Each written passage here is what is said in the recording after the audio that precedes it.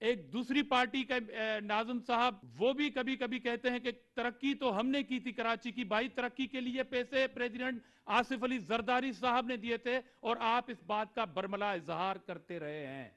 गो के peoples party के साथ मैंडेट में गड़बड़ की जाती रही कराची के अंदर, मगर पीपल्स पार्टी ने तरक्याती काम और खास तौर पर एजुकेशन और हेल्थ के काम कंटिन्यू किए कराची के। अगर ये पीपल्स पार्टी से सवालात होते रहेंगे तो आज मैं भी ये सवाल करने में हक बजाने बहु कि पीपल्स पार्टी तो कंटिन्यू लोकल बॉडी में भी मैंडेट लेती हुई आई थी और हमेशा पीपल्स पार्टी, और 2015 की अगर लोकल बॉडी की बात करें तो उसमें पीपल्स पार्टी के जो वोट हैं वो सेकंड नंबर पे वोट हैं। अगर आज जमात इस्लामी का हाफजा कमजोर हो गया है और एक बार फिर शहर की सियासत को किसी और तरफ धकेलने की कोशिश की जा रही है तो सियासत करें। इस शहर कराची जो रोशनियों का शहर और जो प्रमुन शहर बन चुका है, इसको गड़बड़ की इजाजत नहीं दी जा सकती।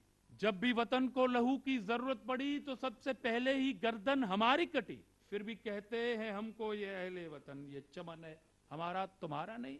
और मेरे भाई, Karachi is the part of सूबा सिंध। कराची कोई बांग्लादेश का हिस्सा तो नहीं है कि आप अचानक से उठें और सवाल करें पीपल्स पार्टी से। ये सवाल आपसे बनता है। हैदराबाद की भी इलेक्शन हुई ना, वहां पर तो आप दिखाएं अपनी पोजीशन।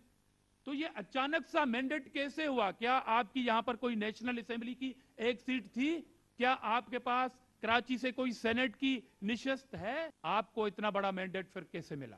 हम तो समझते हैं कि जमात इस्लामी को लाने के लिए हमारे मैंडेट पर डाका डाला गया है। हमने आपके मैंडेट को तस्लीम किया है, हमने आपको मुबारकबाद दी है। अगर हमारे मैंडेट को तस्लीम नहीं किया गया तो पूरे सिंध में दमादम मस्कल अंदर होगा, न सिर्फ कराची में बल्कि पूरे सूबे में और पूरे पाकिस्तान में होगा।